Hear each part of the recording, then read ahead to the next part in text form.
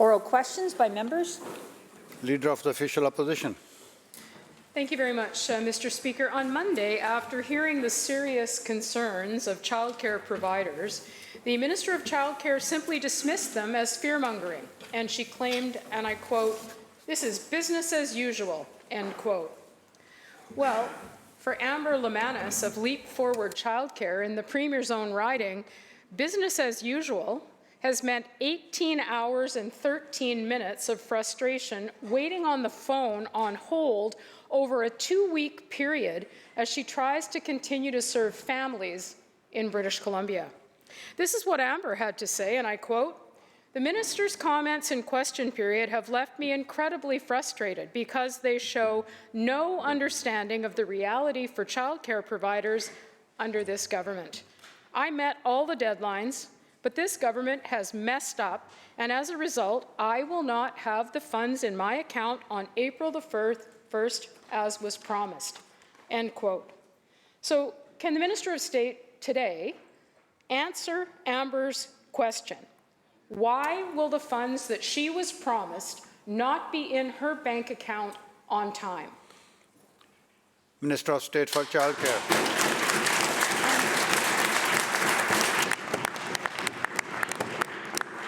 Thank you, Honourable Speaker, and I thank the opposition member for the question. We do understand the importance of receiving funds on time, and if the member opposite has a unique situation that we can look into, my office and our team are more than willing and want to work with providers to make sure payments are received on time, because from my understanding, all providers who submitted complete applications have now received approval. And they have been working with providers to ensure that no timeline has been missed, and we are working on processing applications as soon as possible. And we do understand that some providers may have incomplete applications or there may be unique situations, and again, our office is more than willing to work on individual cases, and I would welcome the member to please bring the situation to us so we can look into it to make sure all providers can pass on the savings to parents that parents are counting on. And because this is a really popular program that our government has rolled out since 2018, with tens and thousands of families for the first time getting savings in their childcare fees. Thank you.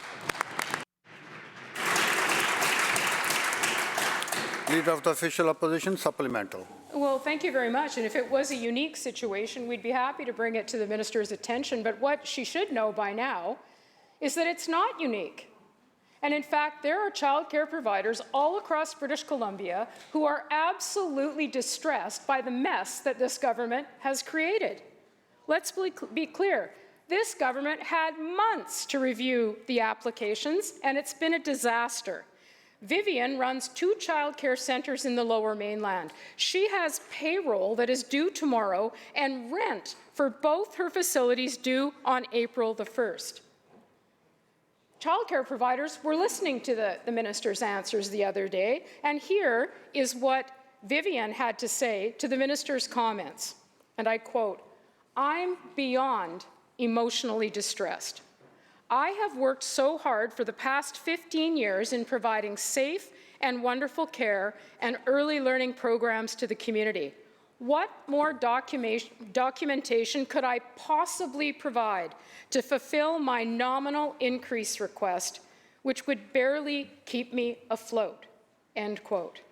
So the pattern continues. It's either parents of children with autism, families desperately trying to fill up their minivan, and now it's childcare providers in British Columbia. Their concerns simply dismissed by minister after minister and the Premier. So can the minister stand up and try again? The members opposite can shake their heads, but the fact of the matter is childcare operators are distressed, angry, and upset. What is this minister going to do to fix the mess she created? Minister. Thank you, Honourable Speaker. I think we all share the same goal, to make sure that the fee reduction can be passed on to parents and to work with providers to ensure that for the first time in BC's history, parents are seeing savings in their pocket, and we have been delivering savings to parents' pockets through fee reduction program, affordable childcare benefit program, and the $10 a day site. So now thousands of families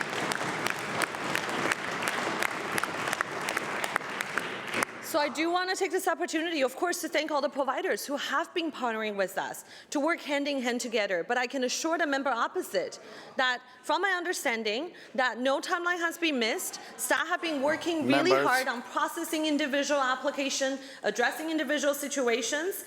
All providers that have submitted complete renewal applications have received approvals. And for those who are seeking fee increases in April, they have been offered a way to be granted temporary approval so parents can continue to have savings. And from my understanding that the vast majority of providers that have offered a way to receive temporary approval have been accepted that approval. So we are working hard with providers. And if the member opposite has an individual case that she would like us to look into, we're more than happy to look into it and work on those applications. And I hope the member opposite, instead of creating unnecessary fear for parents and providers, let's work together to make childcare more affordable for families.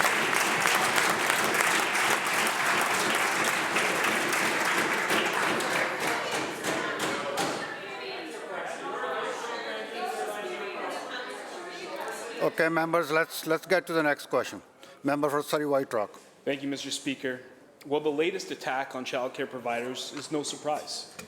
And we've seen that through the minister's own decision note where I say, and I quote, "make these spaces unviable," end quote. That is the words in the minister's decision note. Exactly right. And there's consequences. There's consequences for people like Angela Lutke, a single mom of 2 children with autism. She also owns Bouncing Babies and Toddling Tots in Coquitlam. And despite the minister's claim, Angela's application, which doesn't include an increase, has not yet been approved. Yesterday, she wrote to us to say, and I quote, "I have 8 families who have been advised their April payment has gone up due to the lack of CCFRI approval. The NDP government is slapping me with the autism funding fiasco as well as attacking my business and livelihood on every front," end quote. Can the minister tell Angela and the families that rely on her childcare center why she is actively making private childcare spaces unviable? Minister of State for Childcare. Thank you so much, Honourable Speaker. I want to assure the member again that all providers who have submitted complete applications have received approval. And for those who are seeking fee increases in April, that they've been offered a way to have temporary approval so parents can continue to have savings. And if providers have incomplete applications, staff are working really hard, hand in hand with providers, to ensure that there's stability for providers and parents. And we will continue to look into all those cases to make sure there's stability. And for the past few years, the fee reduction program has been really popular, and we really want to thank all the providers. The over 93% of providers partnering with us to deliver savings to parents in first time in BC's history.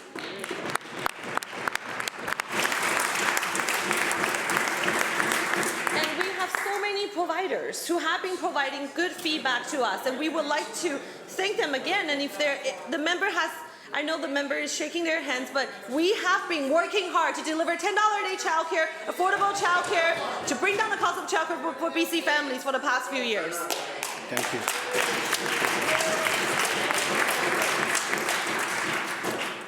Member for Surrey White Rock, supplemental. Thank you. And the words of the minister just basically call out the credibility of a childcare provider. She did. The minister just said It wasn't true. it's not true.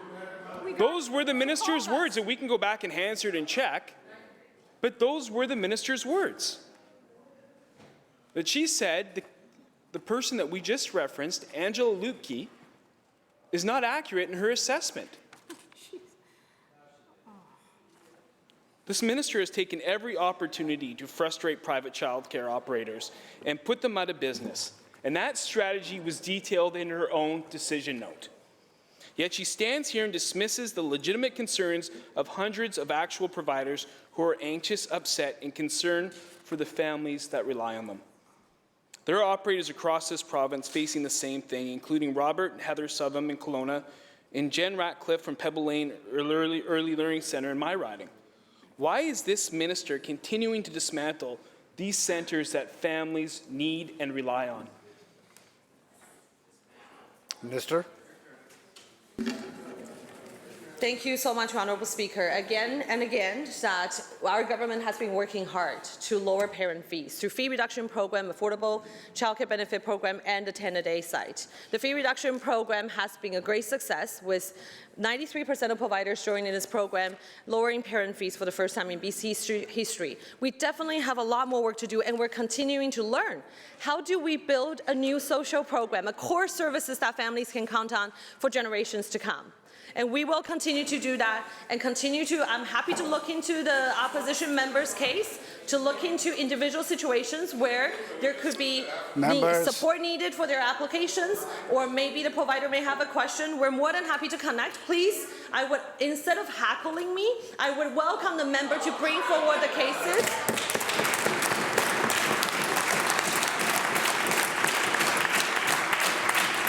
I hope the member opposite... Members, order, members. Minister will continue. I believe we all share the same goals, Honourable Speaker. The reason for us, our government, to roll out the Childcare BC plan in 2018 is because parents have been struggling in this province for many, many years with the lack of affordable childcare, lack of access, under your previous watch. And that is the reason why we have the fee reduction program. And again, no deadline has been missed. Staff are working really hard to process applications, and we will make sure. And I welcome the member opposite to bring forward the situation so we can look into them individually and ensure parents continue to have the savings. Thank you.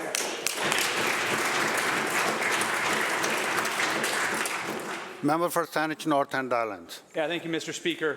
Mark Ruffalo and more than 65 celebrities launched a campaign calling on their bank, a subsidiary of RBC, to stop financing the Coastal GasLink pipeline. Well, the Premier celebrated the final investment decision of foreign investors on the LNG Canada project. He told Ruffalo and friends that their public thoughts on their final investment decision was unwelcome. Premier dismisses the celebrities as lacking a full quote, understanding on the impact on Indigenous peoples and the impact on our climate, end quote. I'm concerned that this BC NDP government is unwilling to understand the human and environmental impacts of LNG. The National Inquiry on Missing and Murdered Indigenous Women found that man camps and resource extractive industries directly cause increased violence against Indigenous women, girls, and Two-Spirit people. Scientific studies have demonstrated birth defects, cancers, and asthma among communities neighboring fracking sites. In addition to the varied impacts on wildlife populations, ongoing deforestation, and water pollution, methane is 28 times more potent by weight than carbon dioxide, meaning gases leaked from LNG production are more highly polluting than coal. Through you, Mr. Speaker, my question is to the Premier. How can he justify funding and subsidizing LNG infrastructure knowing full well LNG's violations of human, environmental, and Indigenous rights? Minister of Energy and Mines.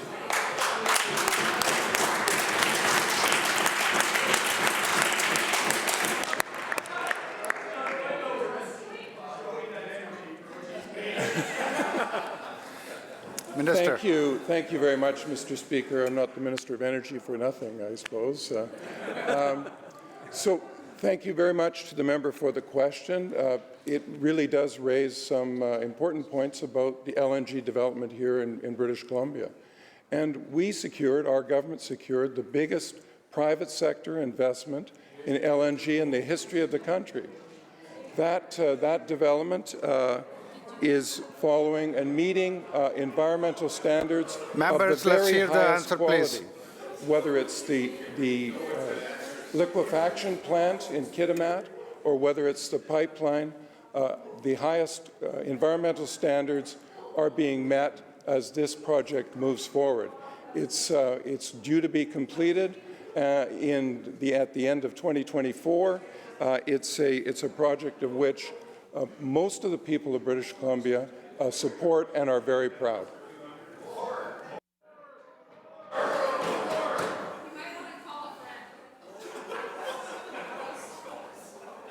Member for Saanich North and Island, supplemental. Members, It's stunning, actually.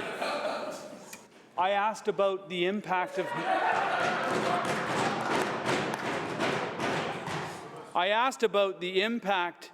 of the LNG industry on the missing and murdered Indigenous women, saying that the man camps and resource extractive industries have a dramatic impact on Indigenous women, girls, and Two-Spirit people. And the minister stands up and says that he's celebrating the biggest investment, like just on a day that we've just put the national action plan or the provincial action plan in place. We're just going to ignore it. We're just plow right along. BC NDP can flood us with the rosy rhetoric of reconciliation and consultation, Mr. Speaker, but the fact that their government leverages the divide and conquer tactics used by all Crown governments in this country, policy grounded in a very racist Indian Act, they can promise a transition to clean, environmentally sustainable energy, but the fact is that the NDP continue to pad the pockets of the oil and gas industry, $1.3 billion last year. Last year, BC witnessed a sample of the climate-related disasters that will be the norm if we don't act to prevent climate change. Yet while floodwaters rose, this BC NDP Minister of Public Safety approved yet another RCMP raid on the Coastal GasLink pipeline route. More money, more time, more effort invested in the conflict that this government created, rather than using the diplomatic process that they have entirely abandoned. Through you, Mr. Speaker, how does the Minister of Public Safety reconcile diverting police resources away from responding to a climate disaster to agitate Indigenous people protecting their land from this pipeline? Minister of Public Safety.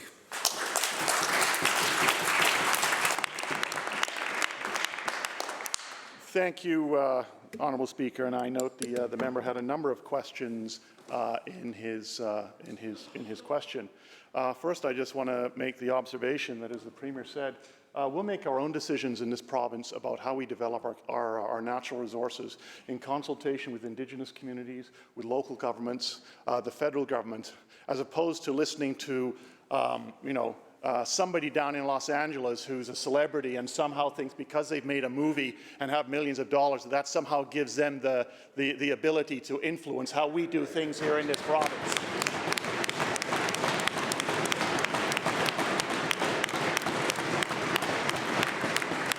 And I will also say this, Honourable Speaker, that when it comes to the rule of law in this province, that when there is an injunction, a court-ordered injunction, that is granted by a court of this province, the RCMP have a responsibility to ensure that injunction is enforced.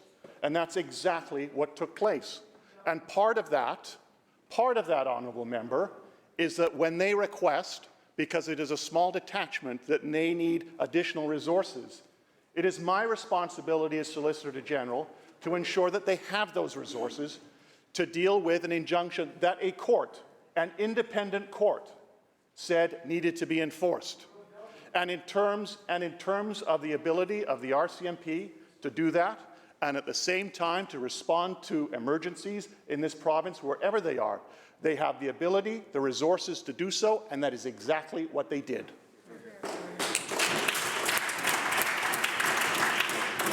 Member for Skeena. Thank you, Mr. Speaker. And then it's talking about the law being enforced. It's quite timely, quite relevant, because the people of Terrace are worried. So much so that the Mayor and Council have flown down here to be with us today, to meet with government over the level of violence in town that's not only affecting Terrace, but the constituency of Skeena, because Terrace is a hub of our region. Council has also drafted a resolution that reads, in Terrace, and I quote, in Terrace, as well as other communities across the province, individuals are often arrested for crimes like theft and property damage, but the Crown does not lay charges, citing it is not in the public interest to prosecute. Offenders of these crimes repeat their actions, and businesses, workers, and the public are victimized as a result. End quote. The Council, the Terrace community, the residents of Skeena, the residents of BC, everyone wants to know why it's not in the public interest to charge these repeat offenders. So the question is simple to the Minister. Why not? Attorney General. Thank you, Mr. Chair. I've seen the mayor's comments in the media, and I can advise the member that I asked our regional Crown Counsel for the North, Laurie Stevens, to meet with the mayor and to go over statistics from Crown Counsel to reassure the mayor and the people of Terrace and the member and anyone else who's concerned about the record of Crown Counsel and what's happening in the city of Terrace. I'm happy to read into the record some of this. But suffice it to say that the vast majority of charge assessments are completed within 30 days, that on report to Crown Counsels received by Crown Counsel over the last 2 years, 1,716 were received from police, 1,257 were approved to court. Only 339 of those were no charge decisions. The rest were either alternative measures, returned to police for more investigation, or are currently in progress. Member for Skinner, supplemental. Thank you, Mr. Speaker. And you know what? That's precisely the problem. This government is acting like there's no problem, when there is problems being cited by mayor and councils all across BC. There would be no other reason for the mayor and council to be sitting in the gallery today to actually bring this to light. And that answer that was just given by the Attorney General doesn't give any comfort to the people in Terrace or in our communities across BC who are facing this violence every day, who are being attacked. I have a letter from the chief of Kitsim-Kalem, the chief councillor of Kitsim-Kalem, saying that he is concerned about his community becoming a lawless land and that it's unsafe to go downtown at night, especially for women. The Terrace Downtown Improvement Area Society is also concerned, and I quote, "Why are there no consequences of substance for people who attack businesses?" And the answer is that the Crown Council will not support the RCMP charges, end quote. Our communities are doing its part to assist those who are struggling with mental health, addiction, and homelessness. But my constituents, and dare I say, the people of British Columbia, need to know that the government is going to do their part too. So my question again to the minister, what will it take for the province to stop the catch and release program and give communities security from prolific offenders? Attorney General. Thank you, Mr. Chair. Well, a couple of pieces. One is Crown Council work within a framework set up by the federal government under the criminal code. The member knows that. They're bound by Supreme Court of Canada decisions that interpret that federal law. So the first step, I would think, if the member is concerned about the state of the criminal law, is to approach his member of parliament. The second piece is that the allegations the member is making, the anecdotes that he is delivering, are not backed up by the statistics. The vast majority of RCC's reports to Crown Council are being approved by Crown Council. They're going to court. Now there Members. Now the member who doesn't believe in climate change is shouting at me. Okay, but there's evidence for that too. There's evidence for that too. Members. I'm not surprised he has a problem with facts. Member. Now, I'm not saying there's not an issue with. There's not an issue. Members, I'm not please. saying there's not an issue with potentially with violence in the streets of Terrace. I'm not saying that at all.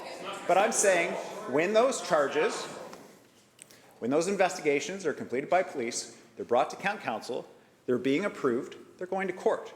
And so there may be issues with the criminal law being applied by the court. As I say, that's federal jurisdiction. That's an important issue. Let's talk about that with the federal government. But to blame Crown Council for the state of the federal law, Supreme Court of Canada decisions, that's a different story. We're also working on mental health and addiction issues that are often conflated with these problems. And so with our complex care housing, with supportive housing, and in fact, I'm happy to say we've actually reduced the number of people who are street homeless in Terrace. The last count was 96. The current count was 74. So we're seeing progress on these kinds of issues in the community. We've got more work to do. I'm happy to work with the member and the mayor on that.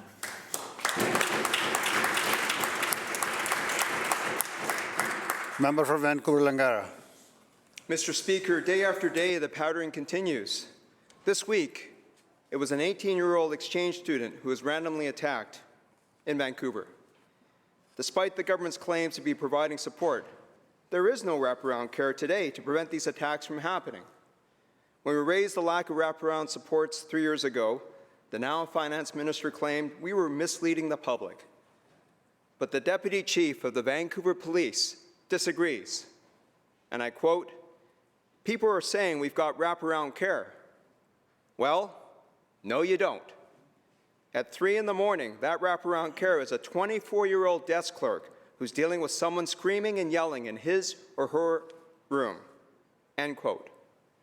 Why has the NDP delayed providing real wraparound supports for so long while people face random violence every day on our streets? Minister of Mental Health and Addictions. Thank you, Mr. Speaker. I appreciate the member's question. I want to say up front that it's very important for all of us not to conflate violence with mental illness or addiction.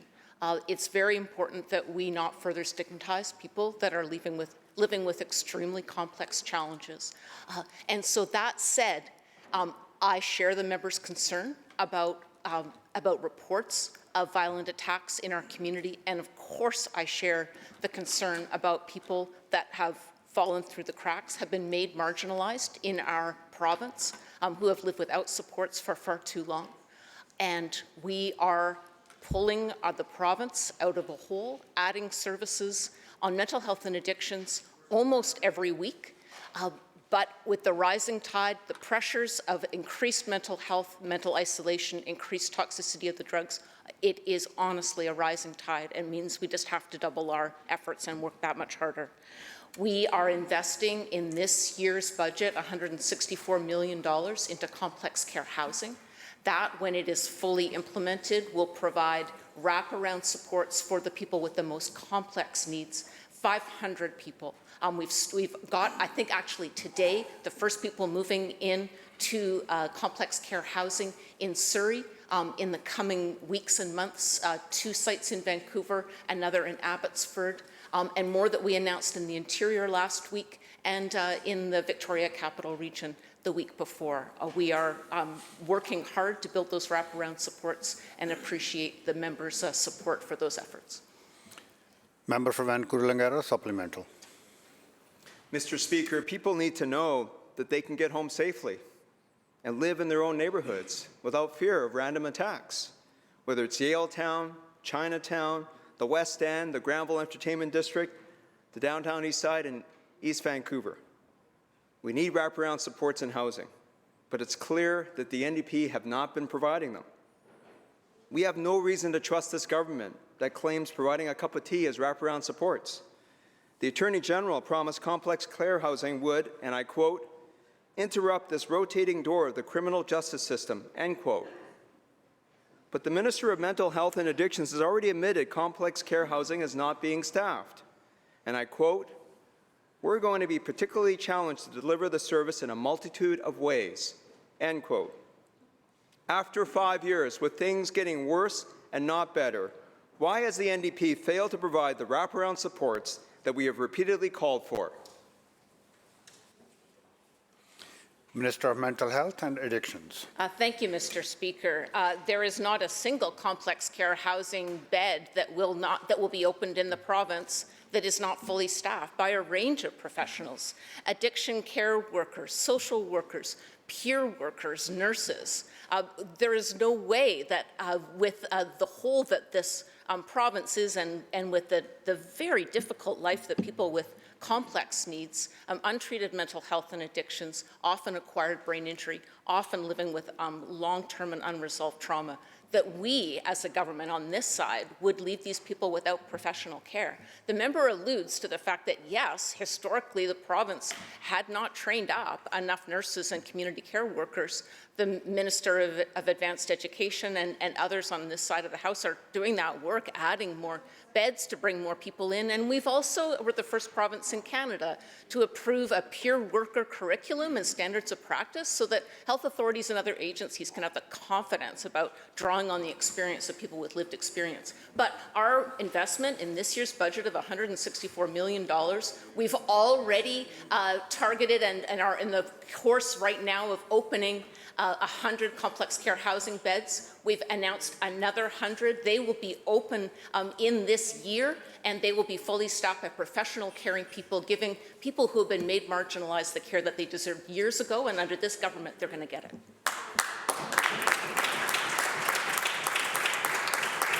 Member for Kelowna Mission.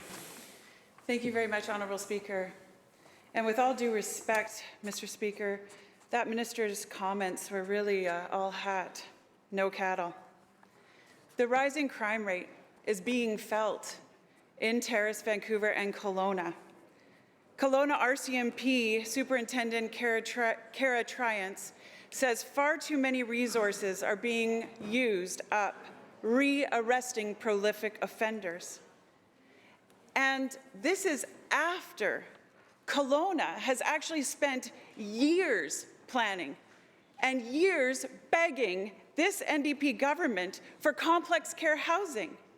But this government has only offered, funding for more planning, while people are worried about random attacks today and every day.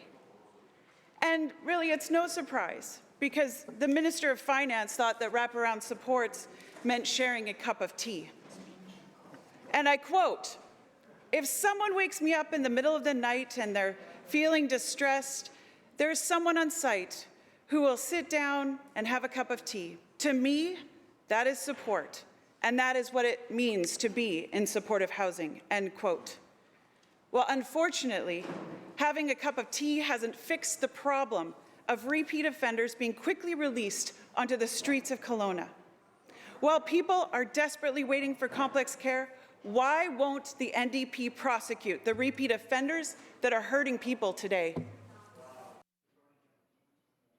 Chair, we had a really unusual situation where Kelowna RCMP went to Kelowna City Council and said that 78% of charges sent to the BC Prosecution Service had not been assessed, and the total number of charges awaiting approval were nearly 80%. Unfortunately, we reached the point where the Prosecution Service, they're independent of me, they issued their own media statement, quote, "These statements are grossly inaccurate, and they unjustifiably cast doubt on the professionalism and effectiveness of hardworking Crown Counsel. There is no Crown charge assessment backlog, and this is not an issue of differences in systems or tracking. The simple fact is the overwhelming majority, it's 97% plus, the overwhelming majority of the reports to Crown Counsel we received from the Kelowna RCMP in 2021 were assessed by Crown Counsel within 30 days or fewer of being received and have been approved and are currently pending before the court, awaiting disposition, trial, or sentencing. A small number, approximately 120 in total, are either awaiting assessment by Crown Counsel or have been returned to the police for further information and follow-up." The bell ends the question period.